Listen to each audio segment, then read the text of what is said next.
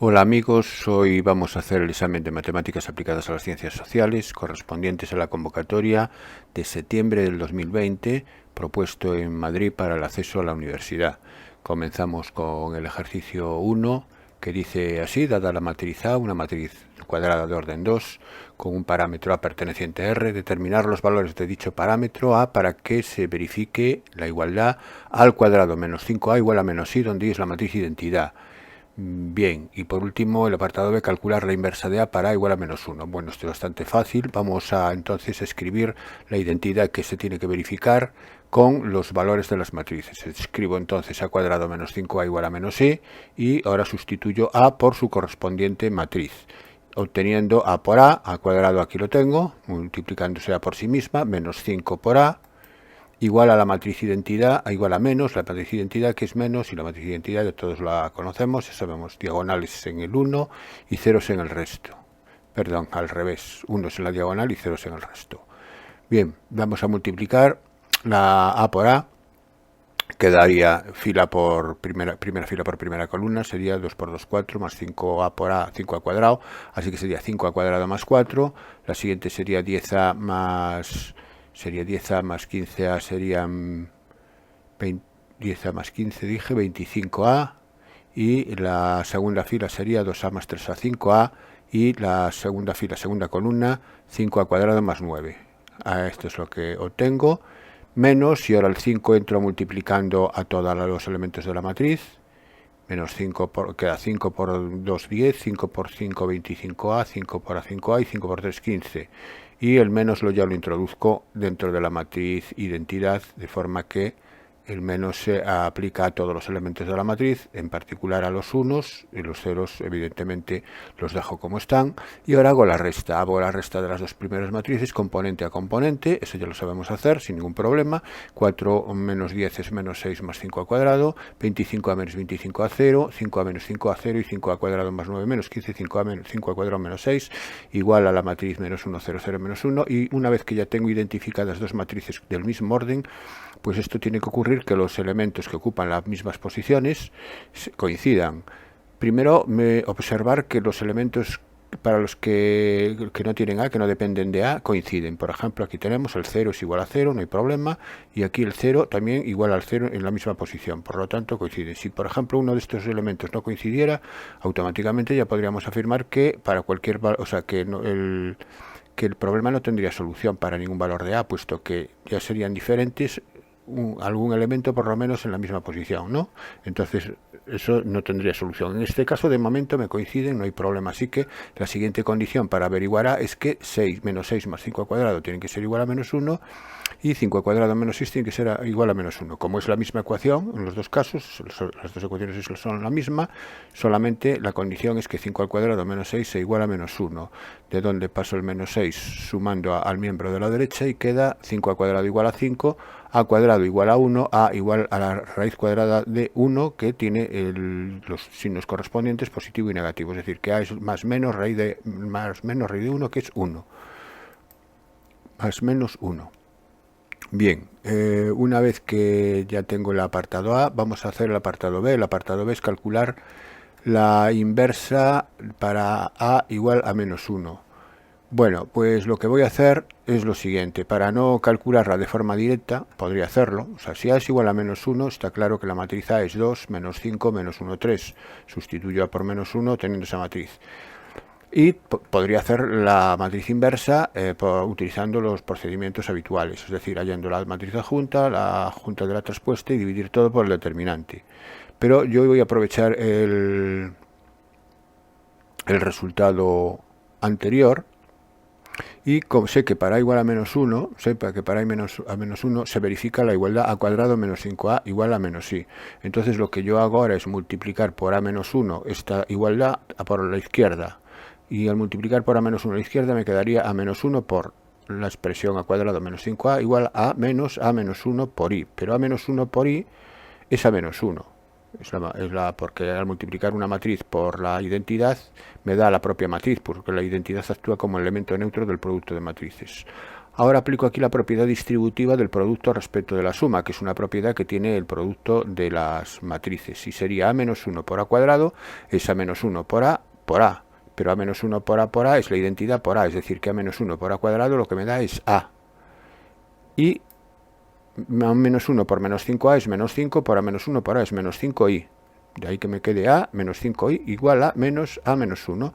Y entonces de aquí ya tengo a menos 1 despejado. Fijaros que a menos 1 es cambiarle de signo. Aquí el menos paso para acá y quedaría 5i menos a. Es decir, que a menos 1 sería 5i menos a. De esta manera no tengo que hacer lo del adjunto, lo de la traspuesta, etcétera. Ya lo tengo de aquí. 5i sería el 5005. Y menos la matriz A, que es 2 menos 5 menos 1, 3, porque ahora estamos en el caso A igual a menos 1, hago la diferencia y obtengo la matriz inversa. Repito que también lo podéis hacer por el método tradicional, que hacéis el determinante, veis que el determinante da 1, 3 por 2, 6, menos, perdón, el determinante de A está aquí, A daría el determinante 6 menos 5 da 1, determinante, y luego haréis la matriz adjunta, la traspuesta de la adjunta y dividís por 1, en este caso quedaría como está, al dividir por 1, y os va a dar lo mismo, os va a dar 3, 5, 1, 2. Yo he aprovechado el apartado A. Bueno, es una forma diferente de hacerlo. Vamos con el ejercicio siguiente. Un vivero elabora dos tipos de sustratos. Para elaborar un metro cúbico del tipo A necesita 60 kilos de tierra vegetal y 30 horas de trabajo. Para elaborar un metro cúbico del tipo B necesita 50 kilogramos de tierra vegetal y 50 horas de trabajo. El vivero dispone como máximo de 21.000 kilogramos de tierra vegetal y 15.000 horas de trabajo. Además, la cantidad de metros cúbicos que elabora de tipo A debe ser como mucho 5 veces la cantidad de tipo B. Por la venta de cada metro cúbico tiene un beneficio de 50 euros y 60 euros por cada metro cúbico de tipo B, representar la región del plano determinada por las restricciones anteriores y determinar las coordenadas de sus vértices. Bueno, este es el típico problema de programación lineal, donde lo primero que tenemos que calcular siempre, pero más que calcular, designar de entrada, son las incógnitas con las que vamos a trabajar. Y las incógnitas que vamos a trabajar va a ser lo que me pide el ejercicio. El ejercicio me pide en su apartado B que determine cuántos metros cúbicos de cada tipo deben elaborarse para, según respetando las restricciones, se maximice el beneficio. Bueno, pues los metros cúbicos de cada tipo. Entonces eso va a ser X, y X van a ser los metros cúbicos del sustrato tipo A, e Y los metros cúbicos del sustrato de tipo B. Bien, una vez que ya tengo identificadas las incógnitas con las que voy a trabajar, voy a escribir las restricciones. Y las restricciones me dice que dispongo de una cantidad determinada de tierra vegetal de la cual no puedo pasar al trabajar con ello, y dispongo de 15.000 horas de trabajo. Entonces las restricciones van a venir dadas en función, en principio, del máximo de tierra del que dispongo y del máximo de horas de trabajo. Así que vamos a ver cuál tipo A. Me dice que para el tipo A necesita tierra, para un metro cúbico necesito 50 kilos de tierra, y el B, para un metro cúbico, no, perdón, me he equivocado al leer, para un metro cúbico del tipo A necesito 60 kilos de tierra, y para el B 50 kilos de tierra. Entonces, en total, necesito de tierra 60x, porque tengo x metros cúbicos de A, y más 50y, porque tengo y metros cúbicos de B. Entonces, eso no me puede superar los 21.000 kilogramos, así que esta es la primera restricción.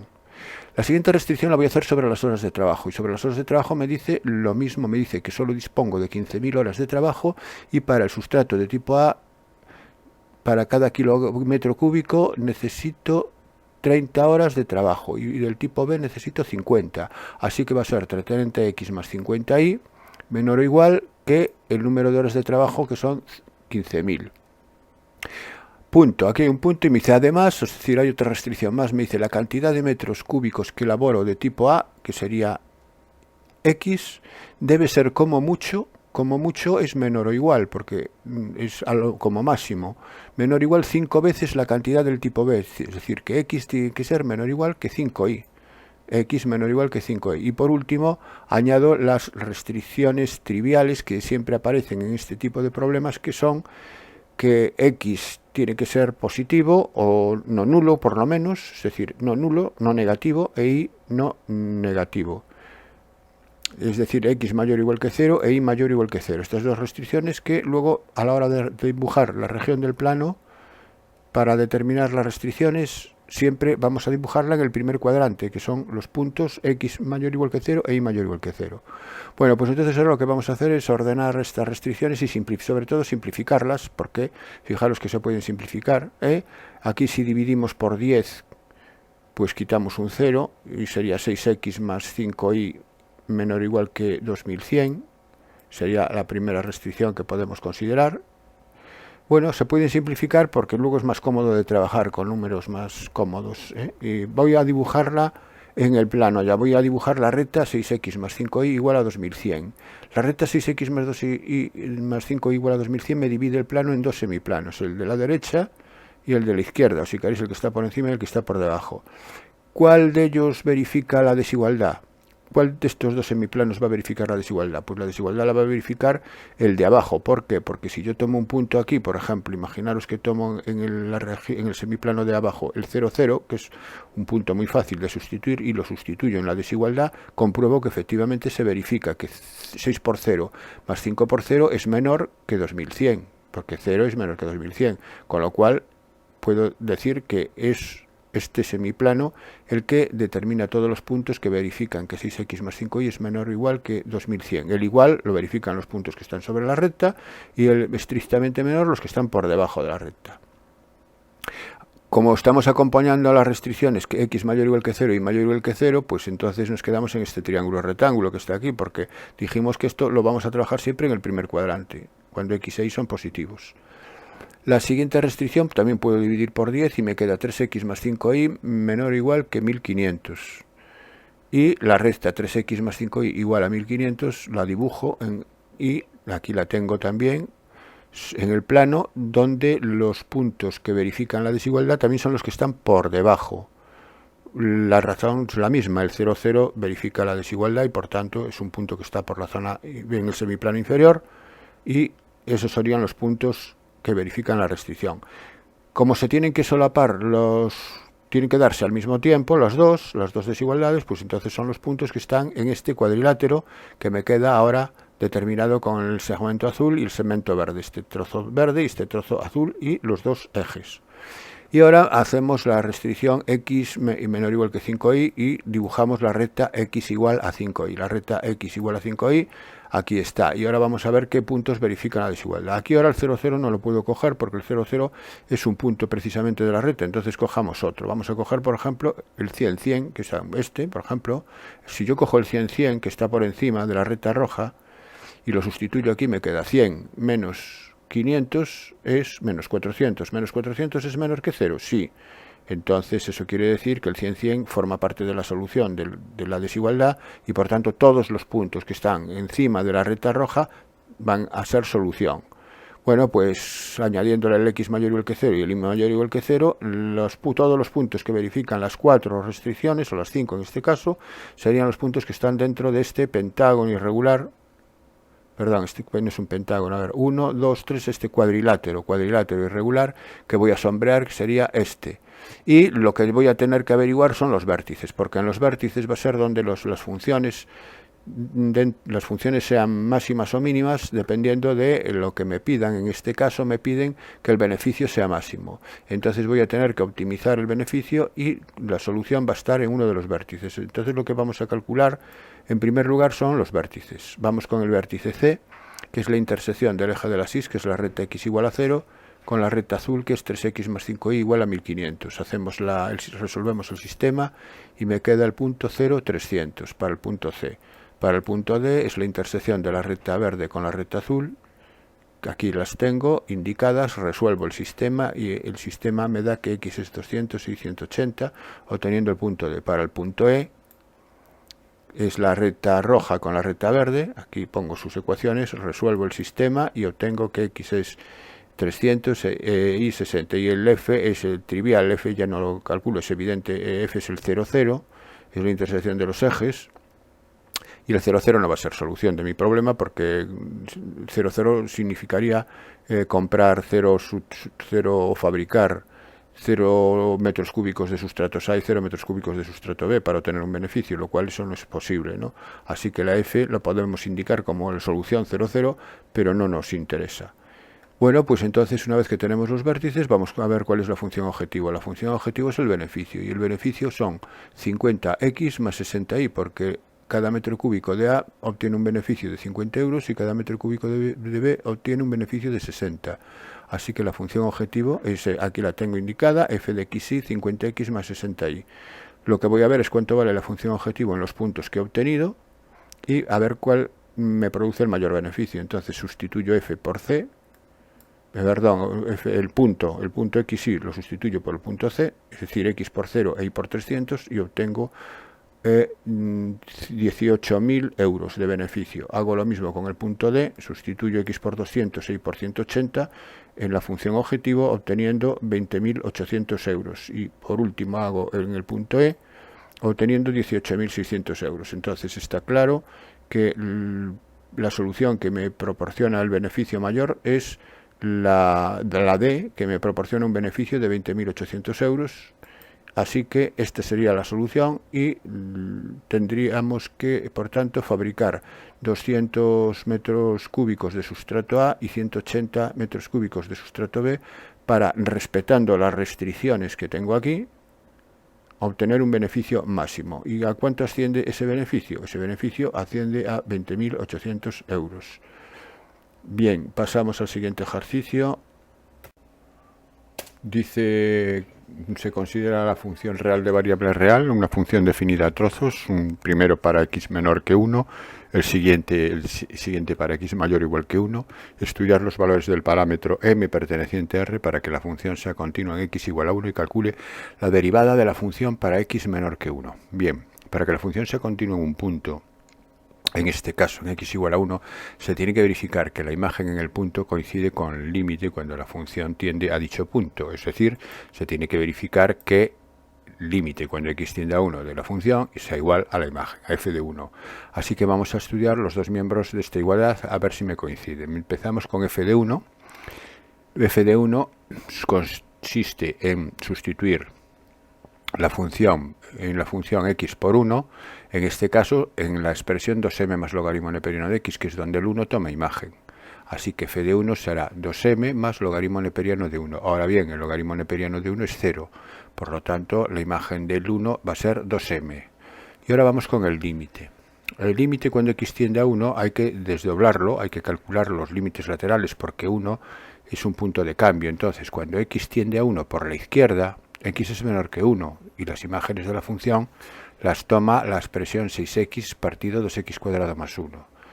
Cuando x tiende a 1 por la derecha, x es mayor que 1 y las imágenes las toma la otra expresión. Entonces, el límite cuando x tiende a 1 por la izquierda toma las imágenes en el cociente. Sería el límite cuando x tiende a 1 de 6x partido por 2x al cuadrado más 1, que al sustituir la x por 1 me queda 6 en el numerador y 3 en el denominador, por tanto el límite es 2. Cuando x tiende a 1 por la derecha, x es mayor que 1 y las imágenes las toma en la función 2m más logaritmo de x. Al sustituirlo por 1 es 2m más logaritmo de 1, que me queda 2m porque el logaritmo de 1 es 0.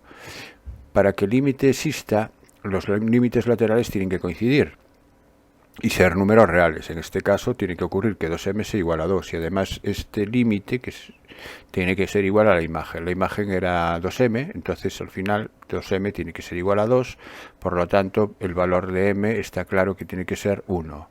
Pues esto es muy sencillo y ya queda resuelto el primer apartado la primera parte del primer apartado. Entonces el segundo me pide que calcule la derivada de la función para x menor que 1. Para x menor que 1, fijaros, la función está definida con el cociente de polinomios. Entonces la derivada es la derivada de ese cociente, así que sin más es derivar un cociente. Y la derivada del cociente es la derivada del numerador, que es 6, por el denominador sin derivar, que es 2x al cuadrado más 1, menos la derivada del denominador, que es menos 4x.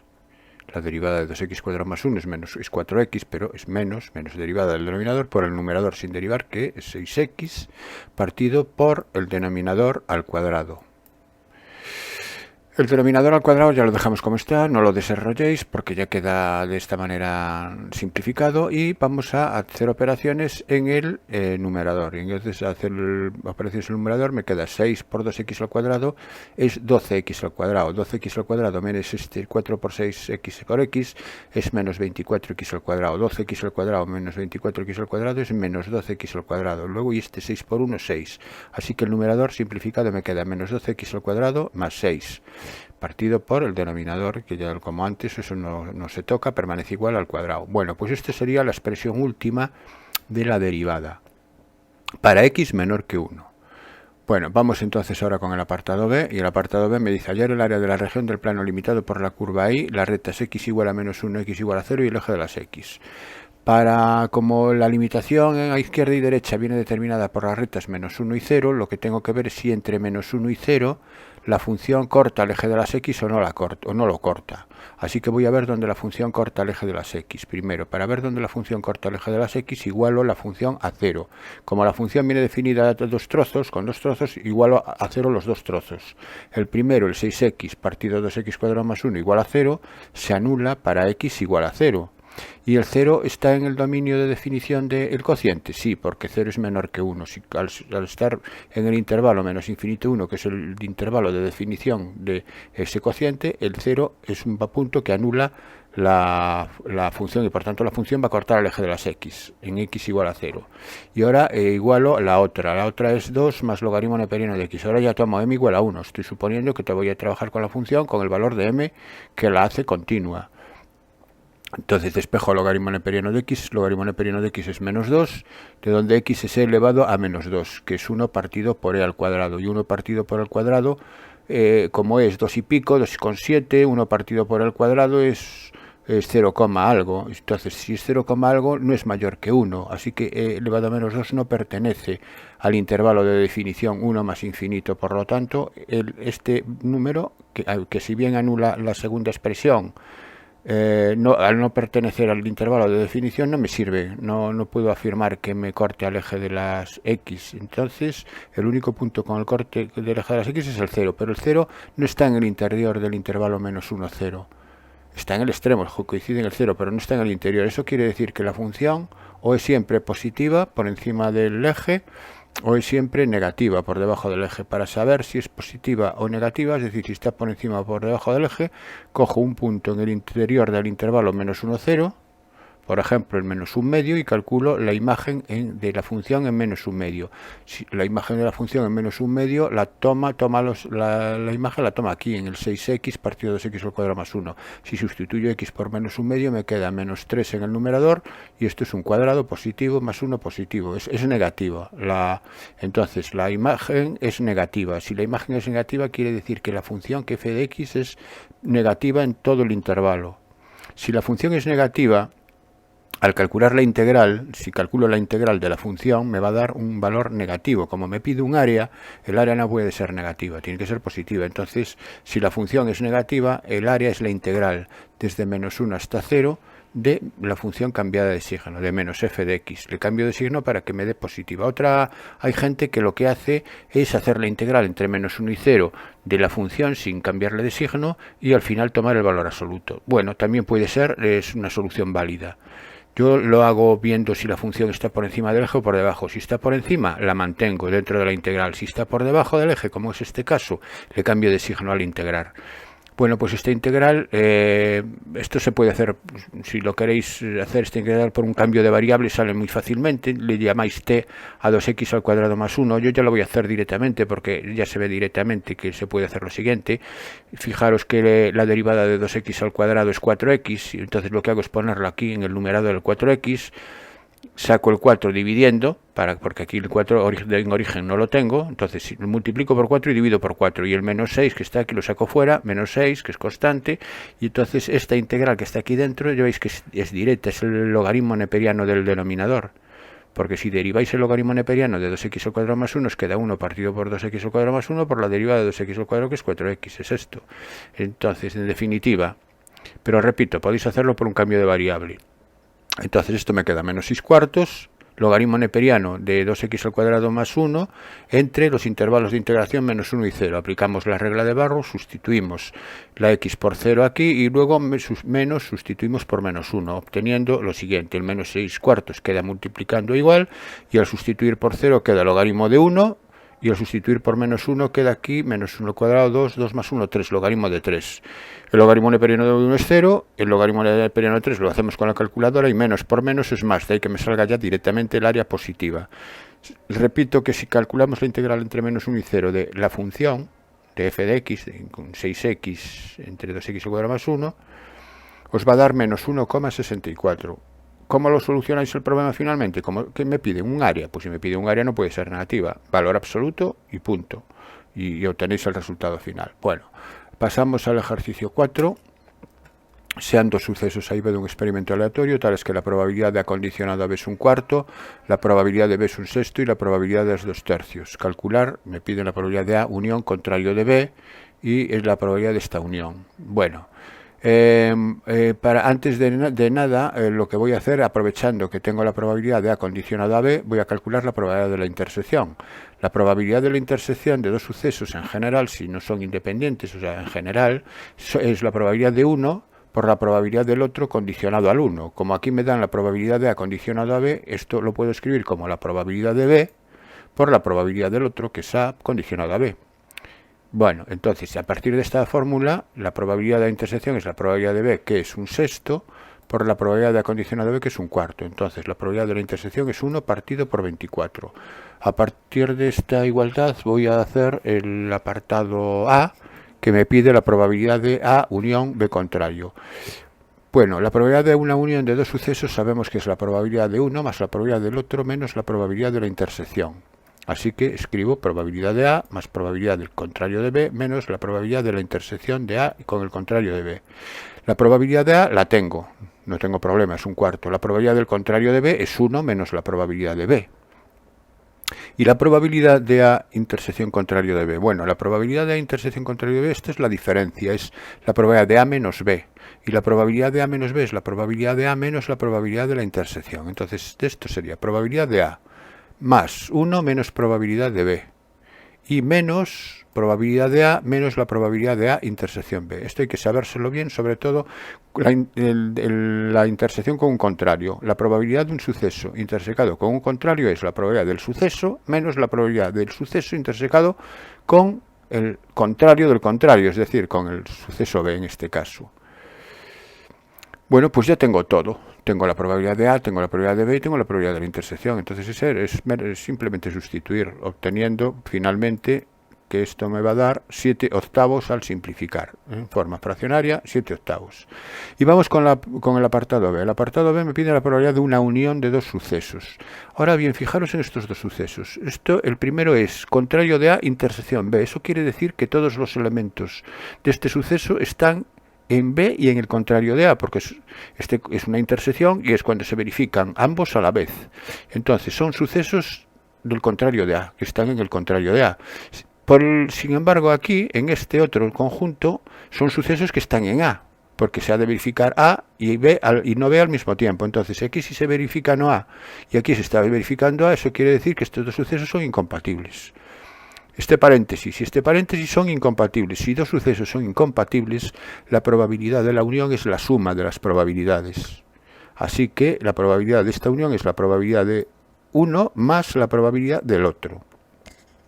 Bien, y ahora estos son intersecciones de sucesos con contrarios, son diferencias, lo que os decía aquí en el caso A, intersección contrario de B. Entonces, en este caso es la diferencia, también se pueden escribir así, estos sucesos se pueden escribir como diferencias, esto sería B menos A y esto sería A menos B. Y la probabilidad es la probabilidad del suceso que no es contrario, en este caso la probabilidad de B menos la probabilidad de la intersección. Más, y aquí ahora sería la probabilidad de A menos la probabilidad de la intersección. Bueno, pues esto también lo tenemos todo. Tenemos la probabilidad de A, de B y de la intersección. Pues es sustituirlo y simplemente haciendo las sumas y me da 3/4. Con lo cual queda ya resuelto el ejercicio. Pasamos al ejercicio siguiente o A5. El peso de una patata en gramos de una remesa que llega a un mercado se puede aproximar por una variable aleatoria X con distribución normal de media nu y desviación típica 60 gramos. Bueno, el dato que nos dan es que la variable aleatoria es el peso de la patata en gramos, que es una distribución normal de media nu, desconocida de momento, y desviación típica 60 gramos. Bueno, aquí todas las unidades del problema vamos a trabajarlas en gramos. Apartado A. Determinar el tamaño mínimo que debe tener una muestra aleatoria simple para que el error máximo cometido en la estimación de la media sea menor que 20 gramos con un nivel de confianza del 95%. Bueno, pues entonces me pide el n y el nivel de confianza con el que voy a trabajar es del 95%. Y el error máximo cometido tiene que ser menor que 20. ¿Qué es el error máximo cometido? Bueno, el error máximo cometido viene determinado por el radio del intervalo. Cuando nos piden hacer los intervalos de confianza, el intervalo de confianza es una media muestral, la media muestral que les representamos normalmente por x barra, más menos, y el radio. El radio sería esta expresión que hay aquí. Bueno, pues este coincide con el error máximo cometido. Y me dicen que tiene que ser menor que 20. Pues yo tengo que partir de esta desigualdad para hallar el tamaño del mínimo de la muestra, para hallar n. Entonces necesito saber quién es z alfa medios y quién es sigma. Bueno, sigma es 60 gramos, entonces sigma lo tengo en el enunciado del problema, no hay ninguna dificultad.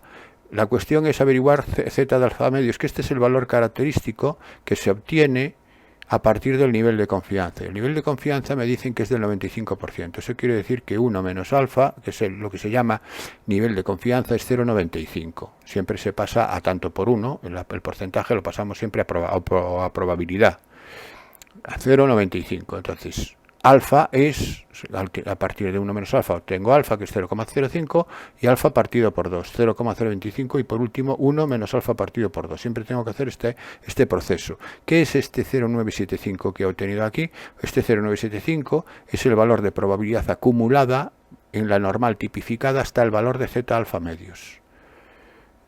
Es decir, que la probabilidad de que la distribución normal tipificada sea menor que z de alfa medios es igual a 0,975. Por lo tanto, para hallar z de alfa medios tengo que hacer una lectura en la tabla de la distribución normal, una lectura inversa, y averiguar qué valor de z obtiene probabilidad acumulada 0,975. Entonces me voy a la tabla de la normal y busco el 0,975 en los valores de probabilidad, que serían estos que están por aquí, en el centro de la tabla, y aquí encuentro el 0,975, y el 0,975 procede de valor de z 1,9 en la columna del 6. Entonces el valor de z alfa medios es 1,96. Así que z alfa medios 1,96. Pues una vez que ya tengo z alfa medios, ya tengo todos los elementos que necesito para despejar la n en la igualdad o en la desigualdad que he planteado desde el principio. Entonces, z alfa medios, 1,96 por 10 partido por raíz de n, 10 era 60, tiene que ser menor que 20. Aseguraros siempre de que estamos trabajando con las mismas unidades, 60 gramos y 20 son gramos también.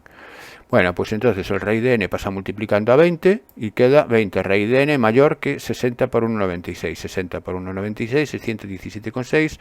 La raíz de n es ahora el 20 pasa dividiendo a la derecha y queda raíz de n mayor que 5,88, y para despejar n elevo al cuadrado para cancelar la raíz y queda que n es mayor que 5,88 al cuadrado, que es 34,5. Como n tiene que ser un número entero, digamos que el tamaño mínimo de la muestra que me están solicitando es de 35 individuos, así que la solución es 35. Pasamos al apartado B. Suponiendo que se seleccione una muestra aleatoria simple de tamaño 100, calcule el valor de la media nu para que la probabilidad de la media muestral sea menor o igual que 220, sea igual a 0,9940. Bueno, aquí vamos a tener cuidado. Fijaros que x, la variable aleatoria x que dimos al principio, es para la población de patatas, pero la variable esta x barra que está aquí no es esta x, sino que esta x barra que está aquí es la media del peso para 100 patatas, para tamaño 100, es una media muestral.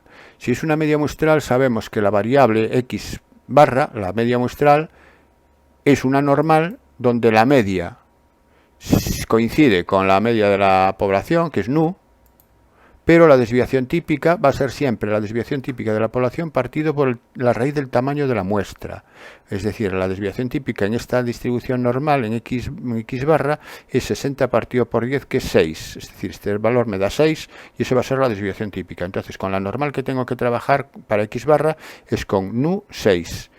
Bueno, pues si me dicen que la probabilidad de X es menor o igual que 220 es 0,9940, lo único que tengo que hacer es pasar la X barra a la Z, que es 220 menos la media nu partido por 6. Ahora la desviación típica, repito, es 6, no es 60, es lo que cambia. Y eso 0,9940. Bueno, pues ya tengo un valor de Z menor que lo que sea, que es esta expresión, es probabilidad acumulada 0,9940. Pues vamos a la tabla de nuevo y 0,9940 ahora nos lo encontramos en el 2,5 en la columna del 1. Es 2,51. Esto quiere decir que toda la expresión que está aquí a la derecha del nombre de la z, de la variable, es 2,51. Bueno, pues una vez que ya tengo esto igualado a 2,51, lo que hago es despejar nu. El 6 pasa multiplicando a 2,51 y el nu, al resolverlo, queda 220 menos 6 por 2,51, que me da 204,94. 204,94 que sería, en principio, serían gramos, ¿no? Eso sería la media nu para que ocurra que la probabilidad de X barra menor que 220 sea 0,9940. Bueno, ese es el resultado, mi resultado final. Vamos con el siguiente ejercicio. Ya dentro de otro bloque, el bloque B, se considera el sistema de ecuaciones lineales, bueno, un sistema de ecuaciones lineales con 3 ecuaciones y 3 incógnitas. Discuta el sistema para los diferentes valores del parámetro A y resolverlo para A igual a 3. Como siempre, lo vamos a escribir las matrices en forma matricial y las matrices que lo determinan, que son A, X y B. La matriz A, o matriz principal de los coeficientes de las incógnitas, es la matriz 1 menos A0, A menos 4 menos 1, 2A menos 1. Bien, la matriz columna X es la de las incógnitas, que en este caso son 3, X y Z, y la matriz columna B es la matriz de los términos independientes 1, 2, A menos 4. Como lo voy a hacer por un procedimiento, el procedimiento de Gauss, lo que vamos a escribir es la matriz ampliada, que es la matriz A uniéndole la columna B, y partimos de ella para hacer la discusión. Y lo que vamos a ir, el método de Gauss, recordar que consiste en hacer ceros, ir a hacer ceros por debajo, el mayor número de ceros posible por debajo de la diagonal principal, a su 1, 1, a su 2, 2, a su 3, 3, por debajo del 1, menos 4, menos 1, a ver cómo podemos ir obteniendo ceros. Y para obtener un cero donde está la, lo que voy a hacer es a la fila 2 sumarle, o restarle, mejor dicho, a por la fila 1.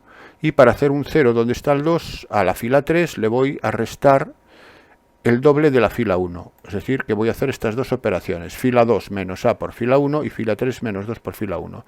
Si hago la fila 2 y le resto A por la fila 1, obtengo esta segunda fila. Vamos a ver, veamos. Fila 2 es A menos A por 1. A menos A por 1, 0. Menos 4 menos A por menos A es menos 4 más A cuadrado. Aquí está. Menos 1 menos A por 0 es menos 1 más 0, menos 1. Y 2 menos A por 1 es 2 menos A. Bueno, pues esto sería el resultado de la fila segunda una vez hecho el proceso y vemos cómo tenemos un 0 debajo del 1. Ahora vamos a hacer un 0 donde está este 2. Para ello lo que decíamos, a la fila 3 le resto la segunda multiplicado por 1. 2 menos 2 por 1, 0. A menos 2 por menos A es A más 2A, que es 3A. Menos 1 menos 2 por 0, menos 1. Y A menos 4 menos 2 por 1, A menos 4 menos 2, que es A menos 6. Bien, ahora ¿qué podemos hacer? Podríamos hacer un 0 aquí, pero hacer un 0 aquí es un poco complicado porque tendremos que estar jugando con el menos 4 más A cuadrado y con el 3A. Es decir, tendríamos que multiplicar la segunda fila por menos 3A y dividirla por menos 4 más A cuadrado y sumársela a la tercera, pero eso se hace muy engorroso, entonces lo que vamos a hacer es un 0 donde está el menos 1. Al fin y al cabo se trata de encontrar, de dejar siempre el mayor número de ceros posibles en una fila.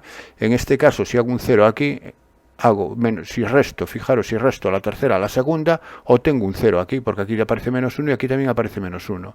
Así que lo que voy a hacer es la fila tercera menos la fila segunda. Al hacer la fila tercera menos la fila segunda, 0 menos 0, 0. Ese 0 se tiene que mantener. Si se deshace, no estaría bien hecho. Ahora, 3a menos esto. 3a menos esto es 3a menos a cuadrado más 4. Aquí está, 3a menos a cuadrado más 4. Lo que pasa es que lo dejo ya ordenado de grado mayor a grado menor. Bien.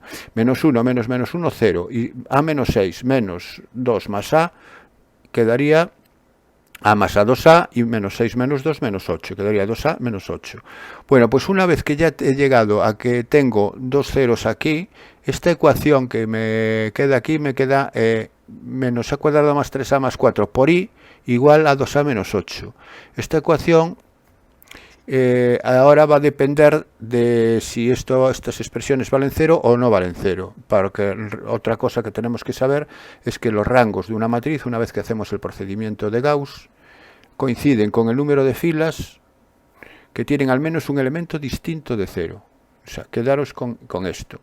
Repito, el rango de una matriz es el número de filas que tienen al menos un elemento distinto de 0. Entonces aquí tengo los siguientes casos. Voy a suponer que menos a cuadrado más 3a más 4 es igual a 0 y resuelvo esta ecuación. ¿Para qué valores me da 0 aquí? Es decir, ¿para qué valores la matriz principal tiene una fila con todos ceros? Pues tiene una fila con todos ceros cuando a vale 4 y menos 1. Y hago 0 en el 2a menos 8 también, lo igualo a 0. ¿Para qué valores de a 2a menos 8 es 0? 2a menos 8 es 0 cuando a es igual a 4. Entonces, la casuística que aquí se está generando y la que tengo que estudiar es cuando ocurre que a vale 4 y cuando a vale menos 1. ¿Qué ocurre en esos casos? Pues vamos a estudiarlos. Primer caso. Caso a igual a 4. En el caso a igual a 4, la última matriz, que es la matriz que he obtenido después de hacer el método de Gauss, es esta. Sustituyo a por 4, obtengo esta matriz. En esta matriz, fijaros que el rango de la matriz principal, a, olvidaros del 1 menos 2, 0, el 1 menos 2, 0 proviene de b. Entonces la matriz principal, que sería esta, las tres primeras columnas, el número de filas que tienen al menos un elemento distinto de 0 son 2, porque aquí tengo todos ceros. Entonces el rango es 2, el rango de a es 2. Y para la ampliada lo mismo, porque toda esta fila de la ampliada todos tienen ceros, entonces el rango de la ampliada también va a ser 2. Esto quiere decir que los rangos coinciden. Si los rangos coinciden, el sistema es compatible. Como es menor que el número de incógnitas, como coinciden, y el valor del rango es menor que 3, que es el número de incógnitas, es compatible indeterminado, con un grado de libertad. El número de grados de libertad viene dado por el número de incógnitas menos el valor del rango. Entonces sería un sistema compatible indeterminado con un grado de libertad. Bien. Vamos con el caso, estamos discutiendo el sistema, entonces lo tenemos para el caso igual a 4. Vamos con el caso a igual a menos 1. Si a es igual a menos 1, al sustituir a por menos 1 en nuestra última matriz ampliada del Gauss, nos queda esta matriz. Y estudiamos lo mismo, los rangos. ¿Cuánto vale el rango de a? Pues también el rango de a vale 2, porque tengo esta matriz todo de ceros. Esta fila todo de ceros. Dentro de la matriz a, ahora estoy con la a, solamente son las tres primeras columnas. El rango vale 2, pero ¿y la ampliada a? Pero la ampliada tiene todas las filas con al menos un elemento distinto de 0, porque ahora este menos 10 forma parte de esta fila, pero es distinto de 0. Entonces tiene rango 3. Así que rango 2 y rango 3. Como los rangos son distintos, el sistema es incompatible. Otra forma también de argumentar que este sistema es incompatible es viendo qué ecuación se corresponde con esta fila, con la última fila. 0 por x más 0 por y más 0 por z igual a menos 10. Estoy diciendo que 0 es igual a menos 10. 0 igual a menos 10, eso es una incompatibilidad, eso no puede ser. Por tanto, si no puede ser, quiere decir que el sistema no tiene solución, el sistema es incompatible. Y por último me queda el caso a distinto de 1 y distinto de menos 1 y distinto de 4, que aquí ya no simplemente pongo la solución, el sistema es compatible determinado. ¿Por qué? Porque si a es distinto de menos 1 y a distinto de 4, yo lo que sé es que esto es distinto de 0, y si esto es distinto de 0, ya tengo tres filas con al menos un elemento distinto de 0. Aquí tengo un 1 que no depende de a, aquí tengo un menos 1 que no depende de a, distinto de 0, y sé que esto va a ser distinto de 0. 2a menos 8 también va a ser distinto de 0 cuando a es distinto de 4. Pero, en general, si a distinto de menos 1 y distinto de 4, el rango es 3. Rango 3, en ambos casos, coincide con el número de incógnitas, el sistema es compatible determinado. Bueno, esto también se puede hacer por determinantes.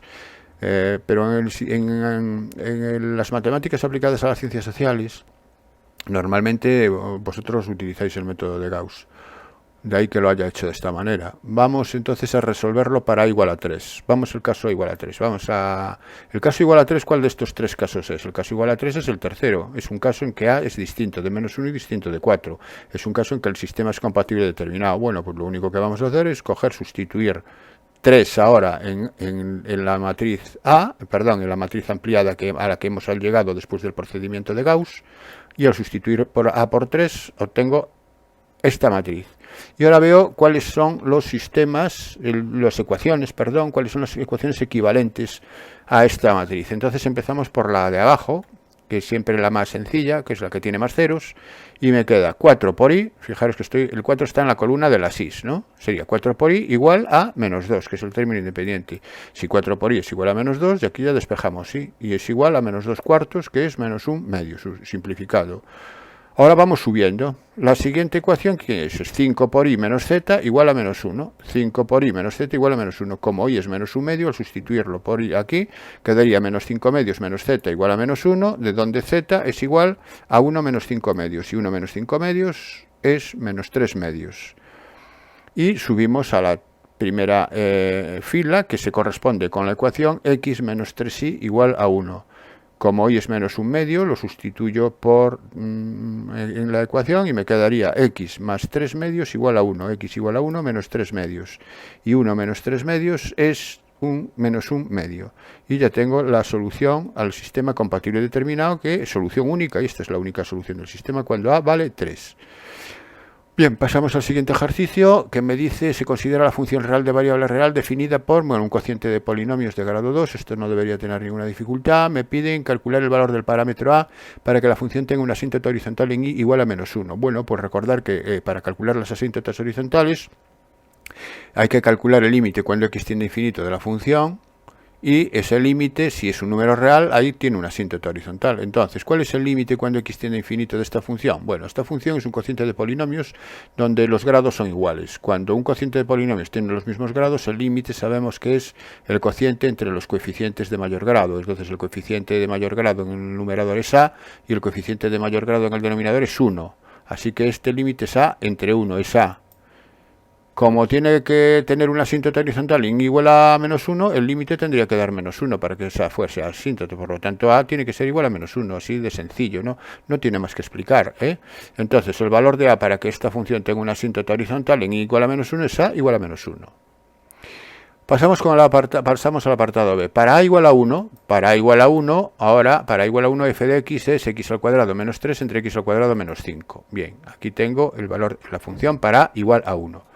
Hallar los intervalos de crecimiento y decrecimiento de la función y los extremos relativos. Bien, recordar que para el crecimiento y decrecimiento de una función viene caracterizado por el signo de la derivada. En los intervalos que tengo que considerar dentro del dominio. Entonces, ¿cómo obtengo los intervalos de monotonía que tengo que estudiar por separado? Pues ver primero dónde se anula la derivada. Así que lo primero que tengo que hacer es la derivada. Vamos a hacer la derivada. Bueno, aquí calculo antes el dominio. El dominio, esto sí es importante. Hay que calcular el dominio porque si el dominio no es todo R, tendré que extraer los puntos en los que no hay imagen. Bueno, el dominio es donde se anula el denominador, y el denominador se anula en x al cuadrado menos 5 cuando igual a 0, cuando x al cuadrado es 5 y por tanto x es más menos raíz de 5. Ya los pongo directamente porque esto es una ecuación muy sencilla, ¿no? Resolver. Así que el dominio es todo R menos raíz de 5 y menos raíz de 5. Bueno, pues ahora vamos a hacer la derivada.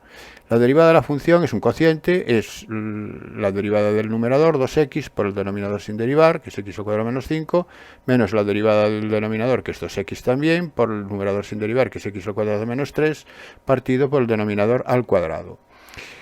Cuidado que esto no se simplifica, ¿eh? Este x al cuadrado menos 5 no se simplifica con este porque no está el x al cuadrado menos 5, no es factor común, no está multiplicando a todo el numerador, sino que está multiplicando a un sumando solamente, entonces no se puede simplificar.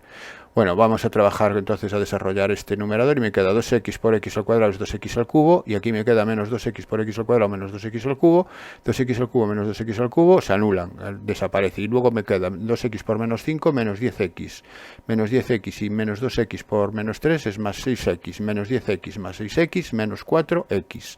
El menos 4x es lo que me queda en el numerador, y el denominador lo dejo como está porque es un cuadrado y sé que siempre va a ser positivo, no me va a preocupar. ¿Dónde se anula la derivada? La derivada se anula cuando se anula el cociente, y el cociente se anula cuando se anula el numerador. Y menos 4x es 0 cuando x es igual a 0. Así que la derivada se anula cuando x es igual a 0.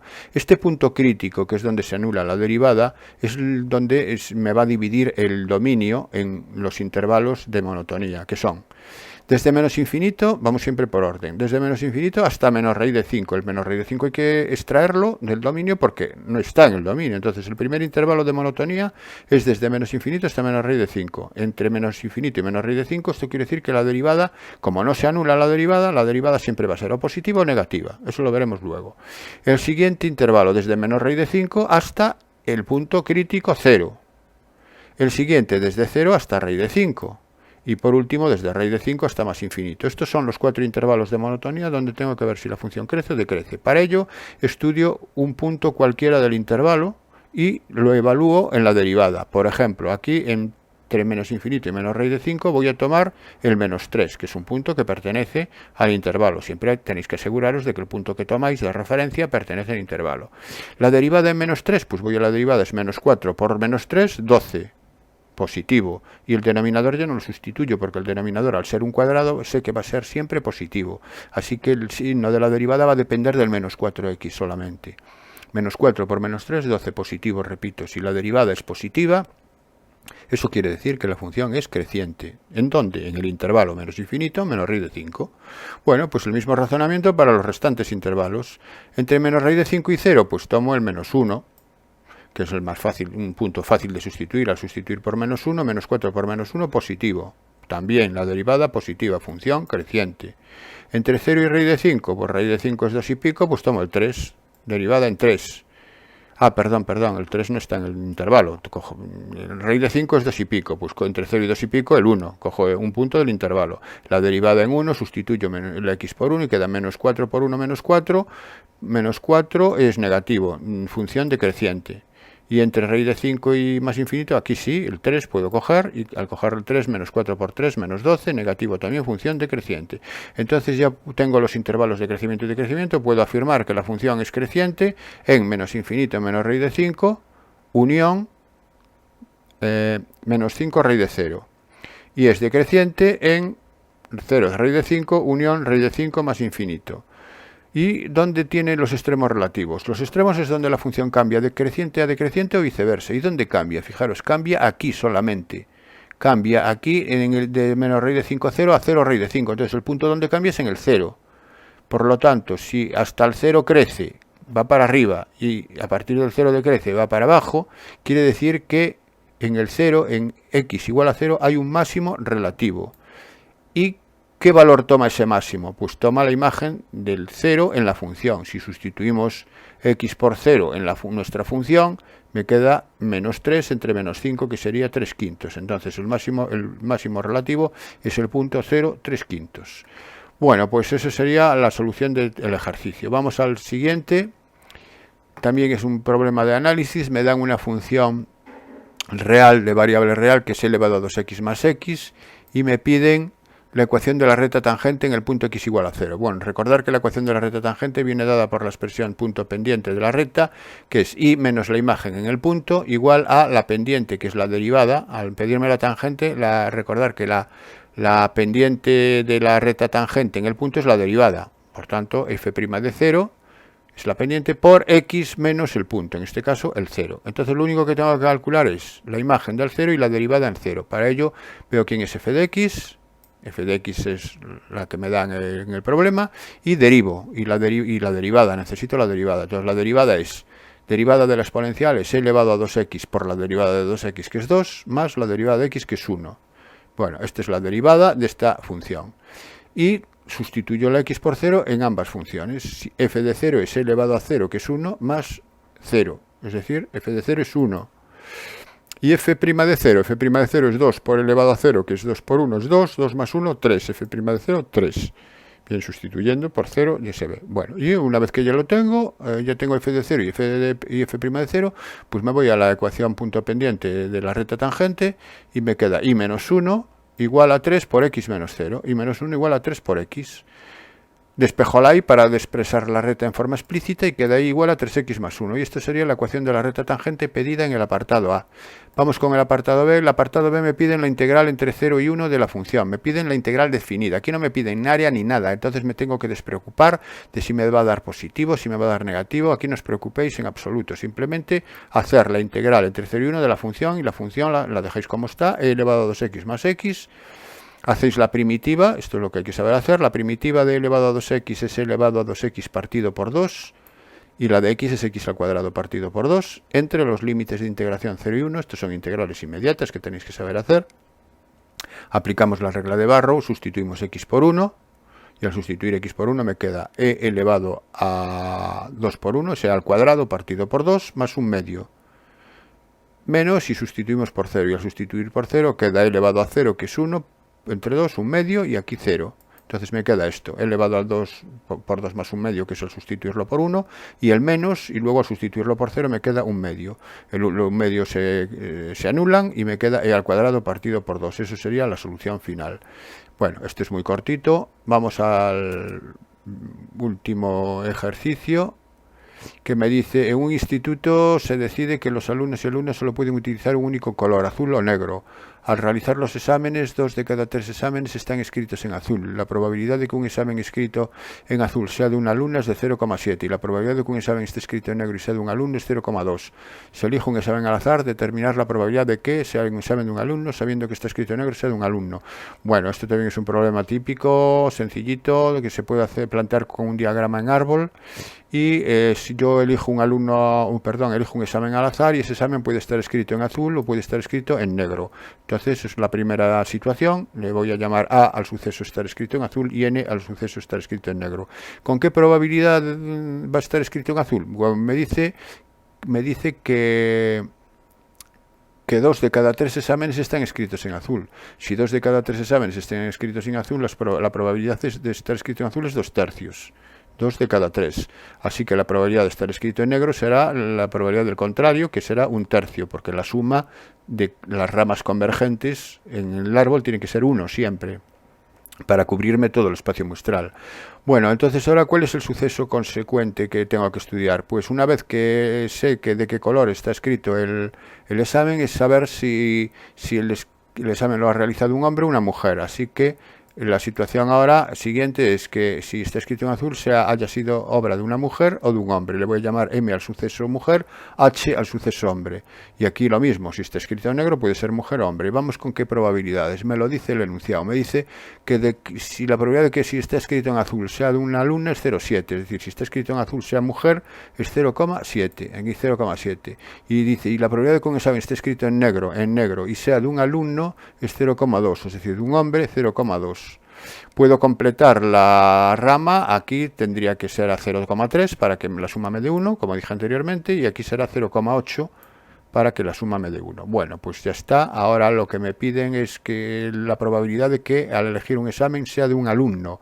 Me están pidiendo la probabilidad de que sea de un alumno independientemente de la tinta del examen. Por lo tanto, la probabilidad de que sea de un alumno es la probabilidad de H, que puede ser de tinta azul o de tinta negra, y de tinta azul sería 2/3 por 0,3 más 1/3 por 0,2, que sería de tinta negra. Y bueno, haciendo estas sumas me da 0,2666, muy sencillo. Teorema de la probabilidad total, si queréis enunciar el fundamento teórico. Apartado B. Sabiendo que está escrito en negro, que sea de un alumno el examen, pues sabiendo que es un suceso previo, un conocimiento previo a la probabilidad que me piden. Por lo tanto, estamos hablando de una probabilidad condicionada. Probabilidad de que sea un alumno condicionado a que el examen esté escrito en negro. Probabilidad de H condicionado a N. Y la probabilidad de la condicionada es la probabilidad de la intersección, de H intersección N, es decir, que se produzcan los dos al mismo tiempo, partido por la probabilidad de la condición, que en este caso es N. Bien, aquí falta un paréntesis por cerrar. Bueno. ¿Cuál es la probabilidad entonces de H intersección N? Pues vamos al diagrama y aquí se ve H y N es hombre y negro. Hombre y negro es 1/3 por 0,2. Da igual el orden, H negro que negro y H, porque la intersección es conmutativa, ¿eh? Entonces es 1/3 por 0,2. Y la probabilidad de que sea negro, la probabilidad de que sea negro es 1/3. Entonces el 1/3 y 1/3 se cancelan y me queda 0,2 finalmente. Bien, pues esta sería la solución del ejercicio 4. Y vamos al último, que me dice lo siguiente: una persona se ha propuesto salir a caminar todos los días realizando el mismo recorrido y cronometrando el tiempo que tarda en completarlo. El tiempo que está caminando por este recorrido puede aproximarse por una variable aleatoria con distribución normal cuya desviación típica es 10 minutos. Bueno, lo primero entonces que vamos a escribir es denominar X a la variable aleatoria, que es tiempo invertido en el recorrido, que es una normal de media desconocida, y desviación típica 10 minutos. Bueno, recordar que a partir de aquí todas las unidades en las que vamos a trabajar es en minutos. Apartado A. Vamos con el apartado A. Utilizando la información de una muestra aleatoria simple se ha obtenido un intervalo de confianza, que aquí me lo da el intervalo, extremo inferior 26,9, extremo superior 37,1, evidentemente son minutos, expresado en minutos, para estimar el tiempo medio que tarda en realizar el recorrido NU, con un nivel de confianza del 98,92%. Obtenga el tamaño de la muestra elegida y el valor de la media muestral. Bueno, ahora me dan el intervalo. Normalmente siempre me suelen pedir que calcule el intervalo a partir de la muestra, a partir de los datos, etcétera, pero ahora es al revés, me dan el intervalo. A mí, si me dan el intervalo, ¿qué información puedo obtener de este intervalo? Bueno, pues de este intervalo puedo obtener dos informaciones que son fundamentales. La primera es la media muestral. La media muestral de la muestra que he elegido.